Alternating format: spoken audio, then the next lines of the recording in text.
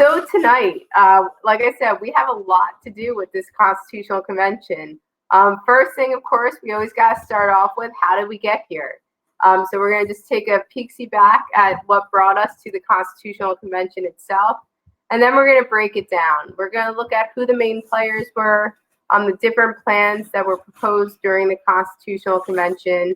Lots and lots and lots of compromises were reached, and we're going to go over every single one of them. We're going to look at the ratification process, and then we're going to look at the two main groups that emerged, the Federalists, who are going to be people for the Constitution, and then the Anti-Federalists, who are going to be against the Constitution. And we kind of see from these two groups the formation of our two-party political system that we have today, going all the way back to the beginning at this point in time. So without further ado, let's jump right in and kind of look at how we got to where we are. So the Constitutional Convention, just so you know, it's going to take place in Philadelphia between May and September of 1787. And basically what they want to do is look at the Articles of Confederation, because over the years that we've had the Articles of Confederation going, there's been some weaknesses to the Articles. Big weakness right off the bat is the Articles of Confederation, because when that was created, they still had this fear of this all-powerful king. They wanted to make sure that we didn't have like a really strong central government here. So under the Articles of Confederation, it was a really weak central government, basically giving more power to the individual states. And we're going to see that that is kind of what led to its downfall and what's going to end up leading to the Constitutional Convention. My cats are trying to jump across the laptop here. It's going to end up leading to the Constitutional Convention and then the formation of the Constitution that we have today. So let's talk about some of these weaknesses. So under the Articles of Confederation, our federal government's going to face a lot of challenges. Some of these challenges are going to deal with trade. Some of these challenges are going to do with foreign policy or just enforcing laws in general. So in 1783, when we end the American Revolution, we signed the Treaty of Paris. And basically, with this signing of the Treaty of Paris, there's a couple things that come out of it. One, it says that the British are going to vacate all those Western forts in the Northwest Territory. So they're supposed to leave those forts. But what we're going to see is that the British don't end up leading those forts. And we have, as a new government under the Articles of Confederation, we have no strength in trying to get them out. So that's going to be our foreign policy issues. We also have the issue with the fact that right after the war, British traders are basically flooding our U.S. markets with British goods. And that's going to end up hurting American manufacturers and American importers. And again, because the Articles of Confederation lack the authority to regulate trade, it's going to hurt our overall government. Basically, under the Articles of Confederation, each state was able to enter into their own separate trade agreements. We didn't have one policy for all states to follow. And so that's just going to lead to too many problems down the road when it comes to trading. Also, we have foreign policy issues dealing with New Orleans and the Spanish. So the Spanish government, they control New Orleans. They're not allowing American ships to navigate the Mississippi River, which would make it much easier for some of our farmers. So again, without a strong foreign policy, we're not able to negotiate and handle that situation with the with the Spanish, sorry. We also have no taxing power. We're in a huge amount of debt after the American Revolution. And basically what the federal government can do is ask the states for money, but there's no policy in place that the states actually have to give money because there's no taxing. Because again, think about what led up to the American Revolution, right? All those taxes by the British. So they didn't want to give the government under the Articles of Confederation that power. And then for sure, the tipping point of all of this is going to be Shays Rebellion. So Shays Rebellion is a situation where you have Daniel Shays. He's a war veteran. He's a farmer. We're seeing in Massachusetts a lot of foreclosures taking place on farms due to the fact that a lot of people are hurting economically and just cannot pay their mortgages. And so we're going to see Shays Rebellion, where he's going to lead a bunch of farmers basically in revolt, trying to close down the courthouse so the courthouse can't continue with the mortgage foreclosures. And then in the end, too, trying to take over weapons to lead a rebellion, trying to get the government to respond. And the weakness here is that under our Articles of Confederation, our federal government had no way to stop this rebellion. There was really nothing that they could do. In the end, the state militias could do something, but our federal government as a whole couldn't stop a rebellion within its own country. And that's when people kind of realized, hey, wait a second, there's got to be something better we can do. This just isn't working out. And that's going to bring us to our Constitutional Convention. Our Constitutional Convention takes place in quiet, basically. Like, people know that folks are gathering, but nobody really wants anyone to know what's going on. You know, they talk about the fact that they're tweaking the Articles of Confederation, not the fact that they're going to try to come out with an entire new form of government that's different from the Articles of Confederation. Key players, aka names you should know as far as the Constitutional Convention is concerned. Dude on the left right there is James Madison. He's a lot of times referred to as the father of the Constitution. And the guy on the right, who you've probably seen quite often because he becomes our first president. Hold on one second, one of my cats is about to cause a catastrophe. George Washington, the guy on the right, he becomes our first president, but he's also the leader of the Continental Army during the American Revolution, and he is also the president of the Constitutional Convention. So that's why I just wanted to put those two pictures. James Madison, he's kind of known as the father of the Constitution just because of his influence during the Constitutional Convention. George Washington literally serves as the president of the Constitutional Convention. All right, so let's jump into what took place at the Constitutional Convention. There are various plans that are offered. What we're going to start off with talking about first is what the structure and format of our government should look like. And that basically came out in two plans that were offered by Virginia and then also offered by New Jersey.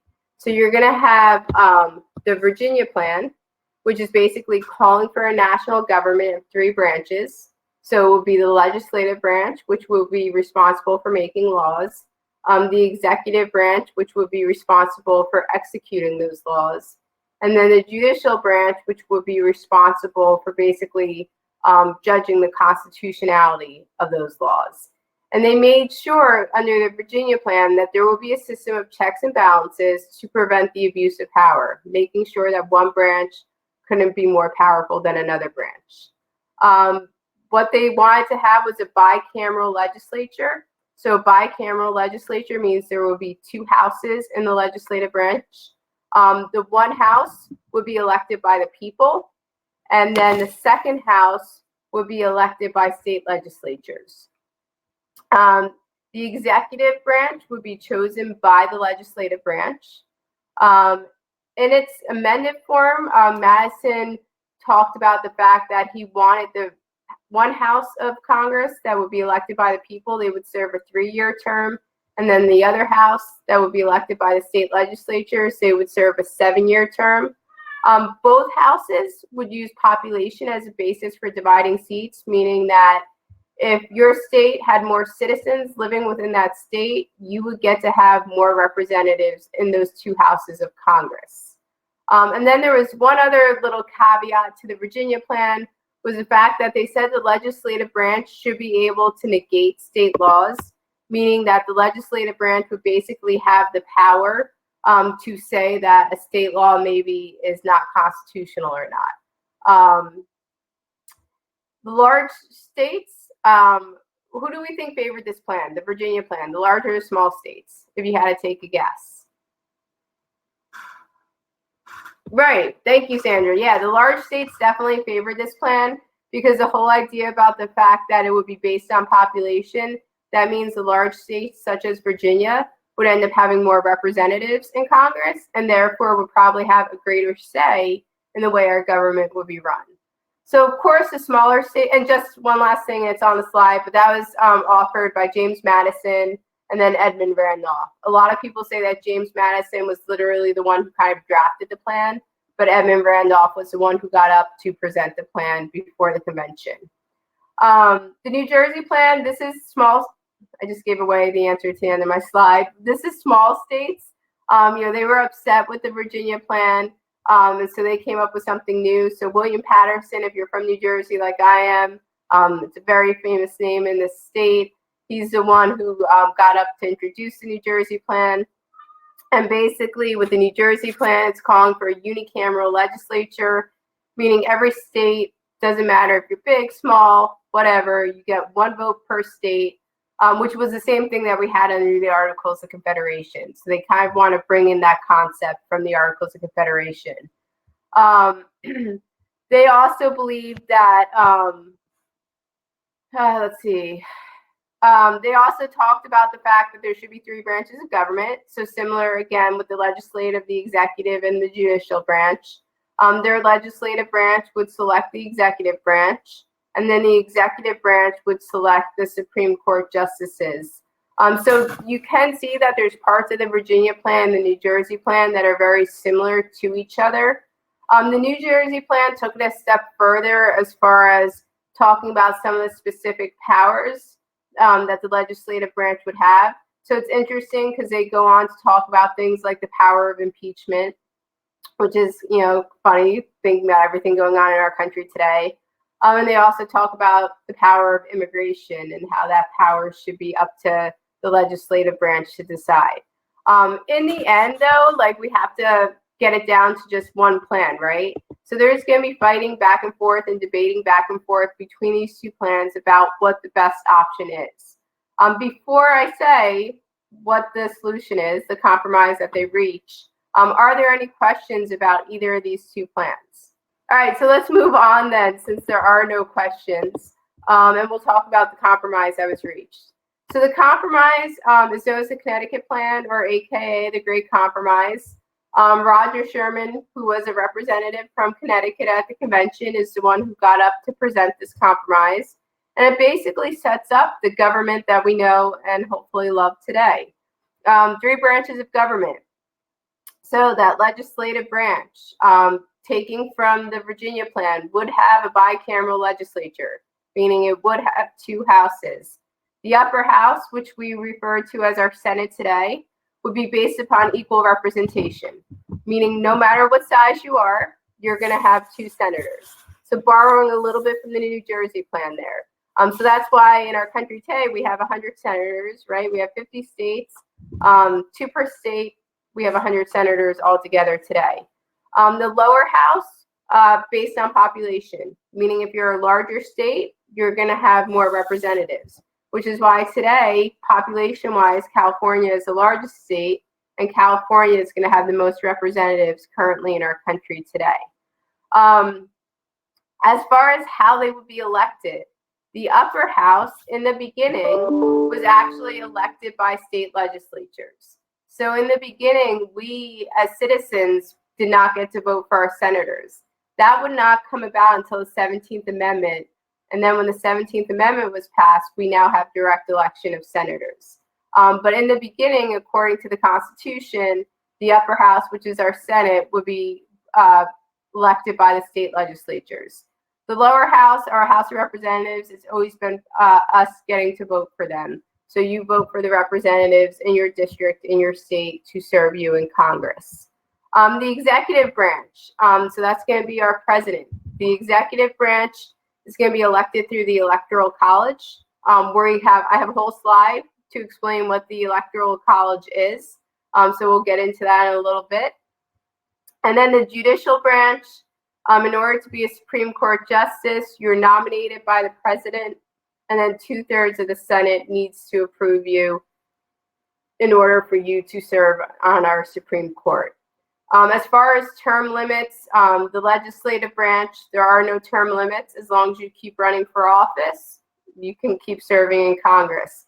In our executive branch with our president, according to our Constitution, in the beginning, when they wrote this Constitution, there were no term limits.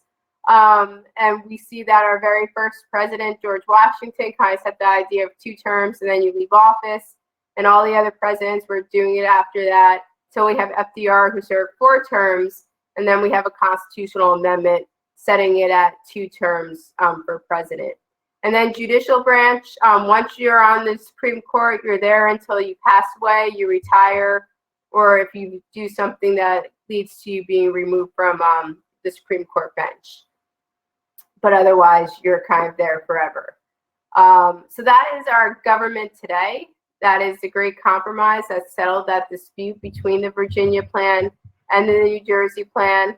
The great compromise itself doesn't, but when you look at the Constitution, it does go into the specifics. And I'm sure the next lesson tomorrow about the differences between the House and the Senate will tell you a little bit about the qualifications you need in order to run for each department, as far as age, number of years of being a citizen and such. The presidency, the executive branch, that's the only one where you have to be a natural born citizen in order to run to be president. You'll see that in Congress and the Supreme Court, you do not need to be a natural born citizen. And then also, when you're looking at our Constitution, important to know as well, Article 1 of the Constitution, which is the legislative branch, is the longest article in the Constitution. It's where our founding fathers put the most attention, because they really saw the legislative branch as kind of being the heart and soul of the Constitution, which is interesting because a lot of times when we think of our government, our first thought is the president, right? If you look at Article 2, which is about the executive branch, it is a lot smaller than the legislative branch. They gave a lot of power to the legislative branch. You see, as you study American history, through the years, different presidents have kind of expanded their power as they continue on. That's how we've gotten such a powerful presidency today. But it wasn't really quite the case when our government first started under the Constitution. Questions about the Great Compromise before we move on. Do people know who their senators and representatives are in whatever states you all are from? I know I had my students the other day, they had to look up for their specific districts that they live in, who their representative was, and then they also had to look up who their senators were representing them. If you don't know, you should take the time to look up at some point. All right, so let's move on. Another compromise that took place during the Constitutional Convention is the 3/5 Compromise. And this is really going to come down to the issue of slavery. So the big question here is, when we're determining population for the number of representatives per state, are we going to count slaves as part of that population? And when you think about it, the answer probably comes easily to you as to whether, if you're from the North and the South, where your opinion might lie on that, right? So if you're from the North, you don't really rely heavily on slavery. It's not that you don't have any slaves, it's just that you don't rely heavily on them. So with the North, there are folks who kind of don't want to see slaves counted as part of the population. The South, who's relying heavily on slavery, they're saying, yes, we should count slaves as part of the population because they know that's going to end up enhancing their power in the legislative branch, and then in turn enhancing their power in our government. A compromise that ends up being reached, slaves would count as 3/5 of the population. So basically what you would do is you would count the slave population in a state. So say, for instance, in the state of Virginia, I'm going to do a really small number just so it's easier for me to do the math, but no, there were more slaves in this. But let's say in the state of Virginia, there were 1,000 slaves. So 3/5 of 1,000, if I'm doing the math really quickly, or if someone wants to do that math for us. Anyone want to do the math? So 3/5 of 1,000, it will come out to, oh my God, 600. So 600 slaves. So what they would say then is they would say, okay, this is a white population of Virginia. Say it's 200,000. Now we're going to add 600 to that to get the total population of Virginia. So they would just take the white population, 3/5 of the slave population, put it together, boom, that's the population for the state. And then they would use those populations to determine representatives. Questions before we go on to the next slide? All right, here we keep going then. So also moving on to two other big compromises that took place. One had to do with the Commerce Compromise. So this is going to focus on trade. And basically what it is the northern states, they want the federal government to basically levy import tariffs on finished products coming into the country. So meaning anything that's being imported into our country they want to see the federal government tax those products because then it would make those foreign goods more expensive and allow the American-made goods to be a little bit cheaper, or at least competitive in price with the foreign-made goods. And so the southern states, they hope that would encourage the southern states to then purchase goods from the north instead of purchasing foreign goods. The southern states disagree with that, right? The southern states, they're not really doing a lot of manufacturing. The manufacturing was up north, which is why the north wants those taxes. The southern states get most of their goods from the foreign countries because it's easier for them to trade with foreign countries, and they want the cheaper goods. So they don't want to see those taxes on imports. So this was a huge bone of contention between the North and the South. And so what ends up happening in the end, the compromise that is reached, tariffs are only allowed on imports from foreign countries, not exports from the U.S. Interstate commerce, meaning commerce that's going to take place between states. So if Pennsylvania and New Jersey want to trade, or New Jersey and South Carolina want to trade, that has to be regulated by the federal government. So it can't be states coming up with different trade policies for different states. And then any legislation that pertains to commerce would have to be passed in the Senate with a 2/3 vote. So this was where they were able to reach a compromise on those different trade issues that they had. But you're going to see, especially when our first government gets started, and Alexander Hamilton, he's the Secretary of Treasury. One of the things he does with his financial plan is try to institute a higher import tax to encourage manufacturing in the North. And we're going to see that the South gets up in arms about that. So these tax issues are going to lead to many issues through the years. And it's going to be one of the reasons we'll see, these divisions between North and South. The slave trade compromise, that's going to be another compromise that's going to take place. So the North, they're not reliant on slavery. It's not that they don't have any. There are some slaves in the North. They're just not reliant on it. But they want an end to the importation and the sale of slaves. So they don't want to see slaves still being brought into our country. The South, where they rely heavily on slavery, they don't want the government interfering in the slave trade. They actually fear the government interfering in the slave trade. So the compromise that will be reached here, Congress is not allowed to ban the slave trade prior to 1808. After 1808, Congress will be able to ban the slave trade, but they can't before that. And there is also a very strict fugitive slave law that's put into place. The fugitive slave law talking about what will happen when slaves escape, which makes it more difficult for them to escape, just because of the return process. But going back for a second to the fact that they can't ban the slave trade, do know that after 1808, we will see the external slave trade get banned.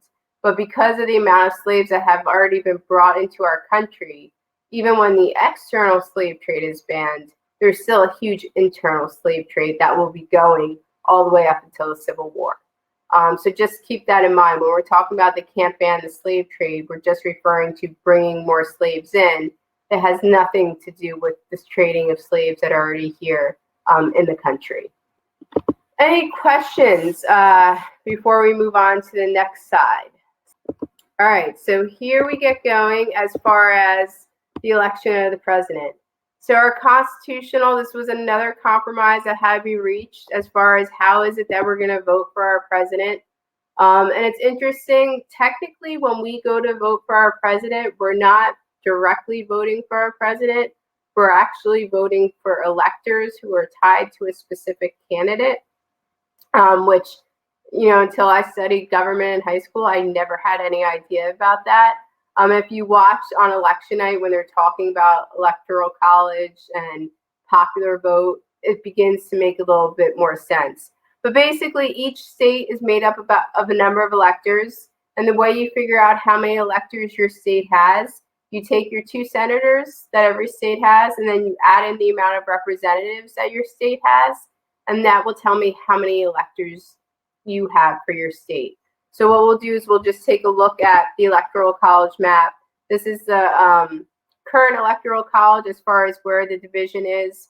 So you can see California, again, because they have the most amount of representatives at 53.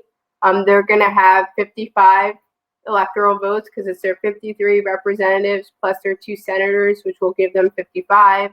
The great state of New Jersey, which is where I'm from, we only have 14. We have 12 representatives, and then we have our 2 senators to give us 14. But you can see, looking at this map, why certain states get so much attention prior to a presidential election. So it's why you hear about Texas and why you hear about Ohio and Florida so much, because they are some of the states with the largest amount of electoral votes. So you'll see candidates focusing much more there. A lot of times candidates don't necessarily focus on some of the smaller states. A lot of them tend to focus on where those big number of states are located. This electoral map changes every 10 years. When that census takes place, representatives are redistributed. So for instance, in the 2010 census, when that took place, New Jersey lost a representative, so we lost a vote in the Electoral College. 2020 census is coming up. It won't impact the 2020 election, but it will end up impacting the election after that. So depending on where the population increases and decreases are in the country will determine if states are gaining representatives or states are losing representatives. And in turn, that's going to impact the Electoral College as far as if you're gaining electors or if you're losing electors. Anyone out there watching from like one of the really big states that you're constantly seeing ads on TV prior to an election or even prior to the primaries, the Democratic primaries that are coming up? I'm in New Jersey. We tend to vote Democratic in the presidential election, so it's very rare that we have candidates who come here. Again, we have 14 electors, but if you live in those Texas, Florida, Ohio areas, you probably get bombarded quite often, not only because they have Florida and Ohio, they have a good amount of electors, but also because they tend to go back and forth between Republican and Democrats as far as who they're voting for. So moving on, it's great. We have this awesome document, this great Constitution, but now we got to get it out there to the people, and we got to see if the people support it, because it's got to be ratified in order to go into effect. And we'll talk about in a second, the last slide I have kind of talks about the ratification process itself, so we'll get into that. But what you should know is prior to the ratification process and prior to our Constitution going into effect, there were 2 groups who really emerged to talk about whether or not this Constitution that was created was a good thing for our country or if the Constitution was a bad thing. So if you favored ratification, you were known as a Federalist. You thought that if we didn't have this Constitution, our country would have anarchy and civil strife, and it would just fall apart, and it wouldn't work. Our famous Federalists are Alexander Hamilton. So if you're one of those folks who love the Hamilton Broadway play, there's lots of songs correlating to this time period right now. James Madison was also a Federalist, and John Jay. The 3 of them together famously wrote 85 different essays, which became known as the Federalist Papers. Your school library probably has a huge book called the Federalist Papers with all 85 essays in them. They didn't sign their names when they were writing these essays. They kind of did it incognito, so to speak. But all these 85 different essays were printed in New York newspapers for people to try to sway people that they should want to vote to see the Constitution get ratified. And they basically tackle all different parts of the Constitution, explain to the people why those various parts were so important. And they're also in some of those essays responding to some of the criticism that they were receiving from the Anti-Federalists. A lot of the Anti-Federalists, their biggest criticism was the fact that there was a lack of a Bill of Rights in the Constitution. They felt that they needed a Bill of Rights to protect people's individual liberties. They also thought that it was important that states had a little bit more rights than the federal government. Again, they still got a little PTSD from their experience with Britain. So they fear the idea of a strong central government. They want to see their states have more power. And probably one of the most famous anti-federalists would be Patrick Henry, who famously, prior to the Constitutional Convention and the American Revolution, talks about "give me liberty or give me death." And he's one of the most famous of the anti-federalists. But the way the Federalists were able to counter it, again, through these Federalist papers that they wrote, was they talked about the fact that they understood the argument of the importance of a Bill of Rights. But they were also concerned that if you have this Bill of Rights, what if that Bill of Rights is incomplete, right? Is it really possible to sit there and list every single right that people are entitled to? And their fear was, if we start making this list and we leave out a right, does that mean then the government later on can strip us of that right because we didn't include it in the Bill of Rights? So that was a big fear that the Federalists had by including a Bill of Rights into the Constitution. In the end, though, hopefully, the first 10 amendments are the first 10 amendments are known as Bill of Rights to our Constitution. So in the end, we do see that Bill of Rights get included, and it really did need to be included because that's what made ratification possible. And so let's talk about the ratification process. So in order to ratify the Constitution, in order for the Constitution to go into effect, 3/4 of the states need to ratify the Constitution. And the way they would do that is by holding conventions in their individual states for voting to take place. With the Articles of Confederation, it required all of the states for an amendment to take place, or for changes to be made, or for the ratification to occur. They thought it was important to only make it 3/4 for the Constitution. So we're going to see in the long run, it took some time to get all those states to ratify the Constitution. In total, we're going to see it takes 10 months for that to happen, for the first 9 states to approve the Constitution. The first state to ratify is going to be Delaware. That's why if you ever are driving through Delaware, see someone with a Delaware license plate, it says literally the first state, because they were the first ones to ratify it. And they did that on December 7th, 1787. We're going to see, as the ratification process and that vote is taking place in each state, there are going to be states where it's a little bit more contentious. So Massachusetts is a really good example of that. And you can actually go and read transcripts of the debates that took place during that Massachusetts convention, which is really fascinating. And basically, the big argument in Massachusetts was those anti-federalists who have brought up the whole idea of the Bill of Rights. And so the promise that kind of has to be made, the compromise in a sense that has to be made, is the fact that the anti-federalists are basically promised, listen, if you all agree to ratify this Constitution, we're going to guarantee you one of the very first things our Congress does is add a Bill of Rights to the Constitution. We're not going to put it in now, but let's get this Constitution ratified. Let's get this government involved rolling. And then we promise you we're going to add in that Bill of Rights. And that seemed to do the trick. It was a remedy really for a lot of the states. And we started to see then after that, state after state start ratifying. New Hampshire becoming the 9th state to approve the Constitution. So they're going to do that in June of 1788. So remember, we had Delaware, December of 1787. Now it's June of 1788. We finally have the 3/4, the 9 states that are required so that the Constitution can go into effect. So now we have a government that couldn't go into effect, but still, ideally, we want all the states to approve and to ratify this Constitution, especially Virginia and New York, which are 2 of the biggest states at this point in time. They haven't ratified it. And it's really important for the strength of our country, especially a brand new country. It's really important that we get those 2 states to ratify the Constitution. If they didn't ratify the Constitution, that's 2 largely populated, very wealthy states. Think of all the tobacco money that's being made in Virginia. That would really hurt our country. Besides the location of those states, if you think of Virginia, right? If Virginia wasn't a part of our country, you're now cutting off that whole lower South. Same thing with New York, that would impact some of those northern states. So those 2 states were super important that we got them. We do end up seeing Virginia and New York. Obviously, they're going to ratify the Constitution.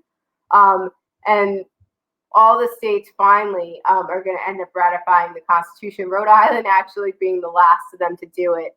And that's not going to be until May of 1790. So it takes a long time. We're talking about a couple years before we actually have all the states ratifying the Constitution. So 1790 is when that finally happens. But again, in 1788, once that ninth state of New Hampshire did it, that's when we were finally able to get the government rolling because of that. We will see a Bill of Rights get proposed in Congress as promised in 1789. With the proposal of that Bill of Rights, again, that's what brings some of these last states that were holding out. That's what really brings them into finally ratifying the Constitution.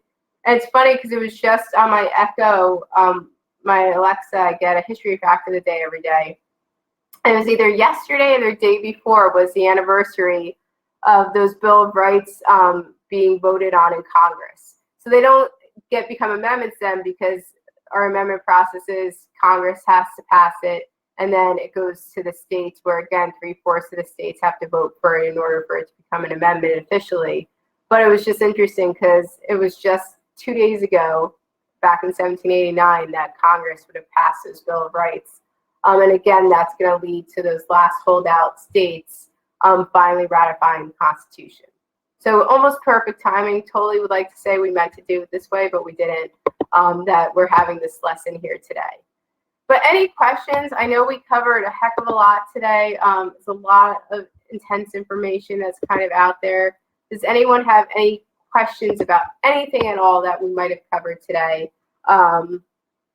Or anything government related, since we do have some extra time, I'm happy to answer. If you're currently studying something else within the realm of AP government and not quite to the Constitutional Convention, or you passed it at this point in time, and you have a question that's on your mind, please feel free to ask it. So what about this? Let me pose this question to you. If you were around during this time period, do you think, and try to keep in mind everything you've probably learned in history about what has happened as far as all taxes that were placed on colonists and the fear that strong central government, do you think historically you might have been a Federalist or an Anti-Federalist? If you were able to go back in time, which position do you think you would fall into? Federalist or an Anti-Federalist? I think if it was me, an Anti-Federalist. You know, it's funny, Sandra, because I was actually thinking that's probably the direction I would go myself. What's your reasoning for why you think you would be an Anti-Federalist? And I'm glad you said that too, because I feel like a lot of people nowadays would probably just say Federalist because Alexander Hamilton has become so popular because of the Broadway play. So it's nice to see that hasn't swayed your opinion at all. Yeah, I 100% agree with you. I think if I had lived through all those different taxes that were placed, lived through having kind of a kingship ruling over my colony, then my state, whatever, I think I would have that same fear as well, that why go back to what we just had and just put a different name on it? Because in a sense, I mean, we're not instituting a king here with our government, but in a sense, you know, there would be that fear of, we just got out of that type of relationship. Why put ourselves back into it again, right? It's like if you're dating someone, why date the same person you just broke up with who's similar, right? And exactly, a fear of a tyrant, yeah. And when you're trying out a new form of government, which this whole concept was really pretty brand new at this point in time, you don't know if a tyrant could have risen up to one of those branches of government. We got very lucky with the way our checks and balances were created. We got very lucky with the first few presidents that we had in our country, that they really kind of respected and followed the rules. But things could have gone a completely different way. And who's to say that, yeah, a tyrant wouldn't have come into power? So yeah, 100% agree with you on all that, Sandra. Excellent points that you made. Because I think I would have definitely fallen in with the same line. And also, it's funny, like nowadays, a lot of times, if you travel overseas and people ask where you're from, a lot of times you say you're from the United States. But back during this time period, even when we finally became the United States, people still felt more of a kinship or a feeling towards their home state than they actually did the United States as a whole. And so a lot of times people would identify not as necessarily being an American, but they would identify as being a New Jerseyan or a Vermonter, well, not Vermont, a New Yorker. So definitely a different time period. And a lot of it has to do with that fear of a bigger country and a bigger government. Any other questions or anything I can help you with, Sandra? I think you're the lone soul hanging out with me tonight for this stream on the Constitutional Convention. So if there's anything else I can answer for you, I'm happy to do it. Or any questions you have about our current government today or anything going on, I'm more than happy to jump into those conversations as well. And then obviously social media, if you ever have any questions, definitely Twitter, Instagram, YouTube is the place to go for that. And then also on the Fiveable website, there's a great spot too that you can always ask questions, and it's live people there answering those questions. But thanks again, Sandra, for joining me tonight. I really appreciate it, and hope to see you again in another session. Have a great night.